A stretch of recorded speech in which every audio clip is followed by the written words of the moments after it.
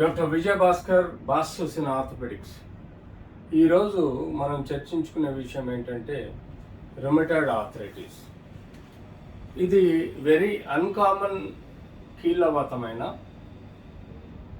ఒకసారి లైఫ్లో rheumatoid arthritis diagnosis అయితే అది till the end of your life ఈ ప్రాబ్లం మరి దారుణంగా జీవితాంతం ఏడిపించే కీళ్ళవాతం.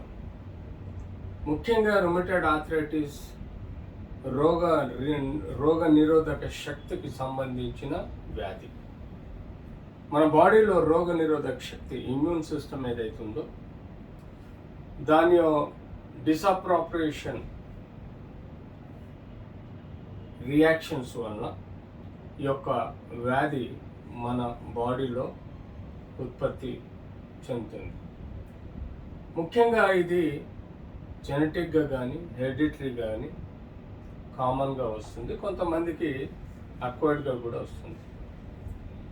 రుమటాయిడ్ ఆర్థరైటిస్లో ముఖ్యంగా మనకు కీళ్ళ నొప్పులు, వాపులు, కీళ్ళు వంకరపోవడం, అలాగే కీళ్ళు మూమెంట్ చేయడానికి విపరీతంగా నొప్పి రావడం, క్రిపుల్ అంటే జీవితంలో ఈ యొక్క రుమటాయిడ్ ఆర్థరైటిస్ పెరుగుతూ ఉంటే క్రిపుల్ అయిపోయి వికలాంగులుగా తయారయ్యే ప్రమాదం కూడా ఉంటుంది. సో రుమటాయిడ్ ఆర్థరైటిస్ ఒక ఇమ్యునలాజికల్ డిజార్డర్, అంటే రోగ నిరోధక శక్తి. టిపికల్గా చూడండి, మనకు బాడీలో రుమటాయిడ్ ఆర్థరైటిస్ వేరియస్ జాయింట్స్లో, ఇన్ని జాయింట్స్లో ఎఫెక్ట్ అవుతుంది. అందులో ముఖ్యంగా చిన్న కీళ్ళు మొదటగా ఎఫెక్ట్ అయ్యి ఆ తర్వాత పెద్ద కీళ్ళల్లో ఈ ఎఫెక్ట్ ఇది మొదలుగా చిన్న కీళ్ళల్లో ఎఫెక్ట్ అయ్యి తర్వాత ఎల్బో, షోల్డర్, నీ, హిప్స్ లాంటి వాటిల్లో ఎక్కువగా ప్రాబ్లం వచ్చే ఆస్కారం కూడా ఉంటుంది. సో ఆబ్వియస్గా ఇన్ని కీళ్ళు ఎఫెక్ట్ అయినప్పుడు దీన్ని పాలీ ఆర్థరాలజియాగా మనం పరిగణలోకి తీసుకొని ఈ యొక్క డిజీజ్ని ప్రాపర్గా డయాగ్నోస్ చేసుకోవడం చాలా ఇంపార్టెంట్. క్లినికల్గా మనం హిస్టరీ విన్నప్పుడు కీళ్ళు పట్టేసుకున్నట్టు, చిన్న కీళ్ళల్లో నొప్పులు విపరీతంగా వచ్చి కీళ్ళు పట్టేసుకున్నట్టు, గొంతులో నొప్పి ఎక్కువ రావడం, ఎర్లీ మార్నింగ్ చల్లటి వాతావరణంలో కీళ్ళన్నీ బిగుసుకుపోయి స్టిఫ్నెస్ రావడం, డే కొంత టెంపరేచర్స్ పెరిగిన కొద్దీ ఈ స్టిఫ్నెస్ తగ్గిపోవడం, చలికాలంలో ఎక్కువగా ఉండడం, గుండె ఇతరత్ర అవయవాలలో రుమటాయిడ్ ఇష్యూస్ రైజ్ అవడం, కీళ్ళల్లో రుమటాయిడ్ నాడ్యూల్స్ లాగా కీళ్ళు బొడుపెలు రావడం, కీళ్ళ నొప్పులు, వాపులు, ఎర్రబడ్డం లాంటి సమస్యలు రావడాన్ని మనం ఈ లక్షణాలుగా భావించడం జరుగుతుంది. ఒకసారి మనకు ఇది ఇలాంటి సిమ్టమ్స్తో ఫ్యామిలీ హిస్టరీ కూడా టిపికల్గా అడగాలి. వాళ్ళ తాత ముత్తాతల నుంచి ఇప్పటి వరకు ఫ్యామిలీలో ఎవరికైనా కీళ్ళవాతం ఉందా, ఉంటే ఎంతకాలం ఉంది, అది దాని యొక్క రుమటాయిడ్ ఫ్యాక్టర్ ఉన్నదా లేదా అన్నది మనం తెలుసుకోవాల్సిన అవసరం ఉంది. సో ఒకసారి మనం క్లినికల్గా ఒక పర్టికులర్ డయాగ్నోసిస్కి వచ్చినప్పుడు అప్పుడు మనం ఇన్వెస్టిగేషన్స్ మొదలెడతాం. ఇనిషియల్గా ఆ కీళ్ళ యొక్క ఎక్స్రేలు తీసుకోవడం మొదలవుతుంది. సో ఎక్స్రేలు తీసుకున్నప్పుడు మనకు ముఖ్యంగా చూడండి, కీళ్ళల్లో ఒకలాంటి వ్యత్యాసం, టిపికల్గా స్వెల్లింగ్ రావడం, వాపు రావడం, ఎముకల్లో కొంత తేడా కనబడడం మనం చూస్తున్నాం. నార్మల్ కన్నా ఇది అబ్నార్మల్ జాయింట్గా పరిగణలోకి తీసుకుంటాం. అలాగే మనము ఎప్పుడైతే వేళ్ళల్లో జాయింట్లలో పొరలు చూస్తామో క్రమేణా నార్మల్ జాయింట్ ఈ షేప్లో ఉండాల్సింది ఇలా మారుతూ ఉంటుంది రుమటాయిడ్లో. అంటే ఇర్రెగ్యులర్ మార్జిన్స్, జాయింట్ స్పేస్ తగ్గిపోవడం, కాలు ఉబ్బడం, ఇలా మనకు క్లినికల్గా చూస్తే వేళ్ళల్లో మనకు వాపులు రావడం, వంకర్లు పోవడం, ఒక డిఫరెంట్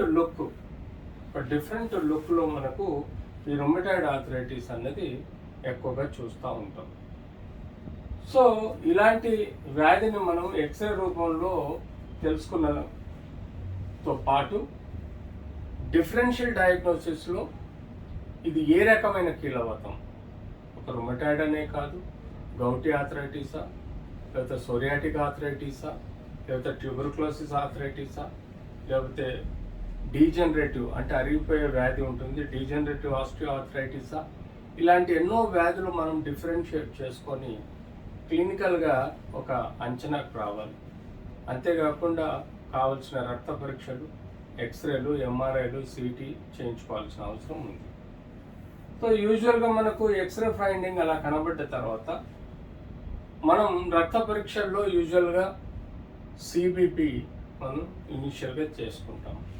సిబిపిలో మనకు కంప్లీట్ బ్లడ్ పిక్చర్లో యూజువల్గా ఆడవాళ్ళల్లో హీమోగ్లోబిన్ తక్కువ ఉండటం, ఇందులో మనకు రియాక్టివ్ కాబట్టి ఈఎస్ఆర్ రేజ్ అవ్వడం, అలాగే సిఆర్పి లెవెల్స్ కూడా పెరగడం లాంటివి మనం చూస్తుంటాం.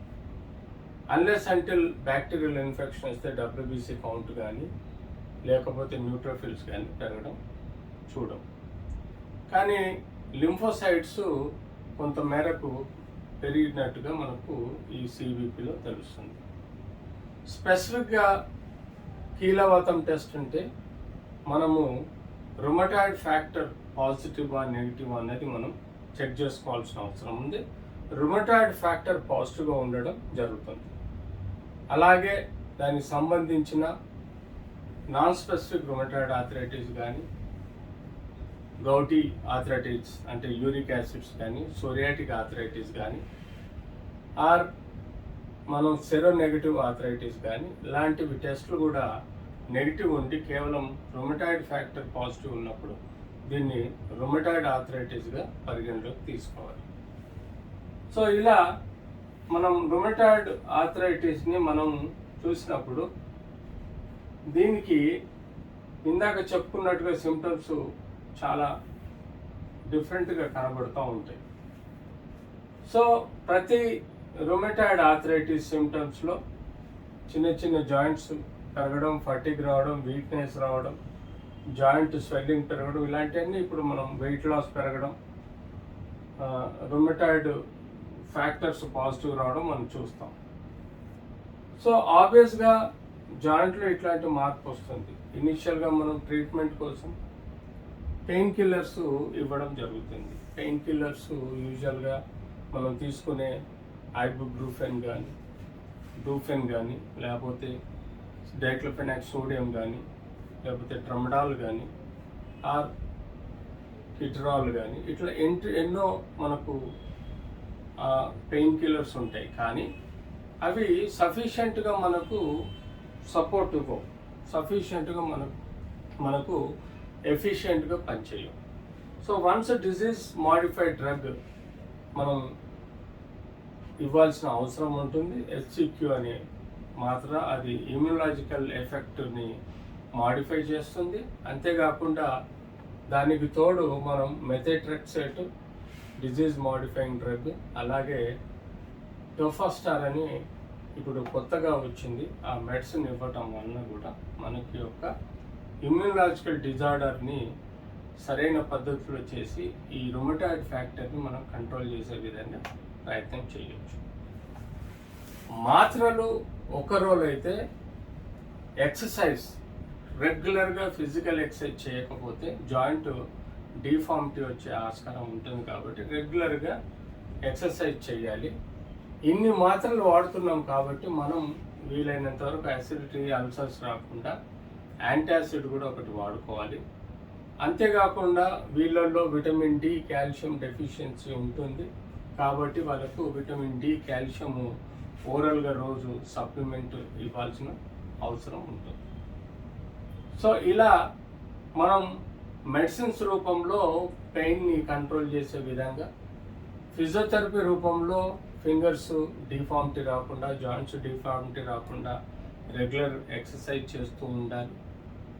క్రమేణా ఈవెన్ జాయింట్స్లోకి సమ్టైమ్స్ స్టెరాయిడ్ ఇంజెక్షన్ కూడా ఇచ్చి ఈ ఇన్ఫ్లమేషన్ని తగ్గించే విధంగా మనం ప్రయత్నం చేయొచ్చు.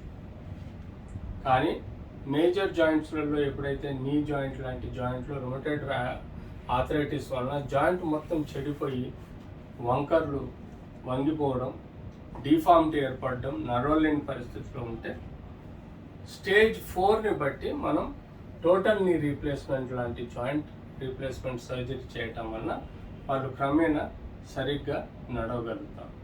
ఇలా మనం రొమటాయిడ్ ఆర్థరైటిస్ ఒక బీపీ, షుగర్ లాంటి దీర్ఘకాల వ్యాధి అయినా కూడా దాన్ని ప్రాపర్గా మనం మానిటర్ చేసుకొని రెగ్యులర్గా ట్రీట్మెంట్ తీసుకుంటూ, ఫిజియోథెరపీ చేసుకుంటూ, అవసరం ఉంటే లోకల్ జాయింట్ ఇంజెక్షన్స్ కానీ, చిన్న చిన్న సర్జరీస్ కానీ, లేకపోతే అవసరం ఉంటే జాయింట్ రీప్లేస్మెంట్ సర్జరీ కానీ చేయటం వల్ల ఈ రొమటాయిడ్ ఆర్థరైటిస్లో మనం ఈ మేనేజ్ చేయడం ఈజీగా ఉంటుంది, వాళ్ళ లైఫ్ కూడా హ్యాపీగా ఉంటుంది.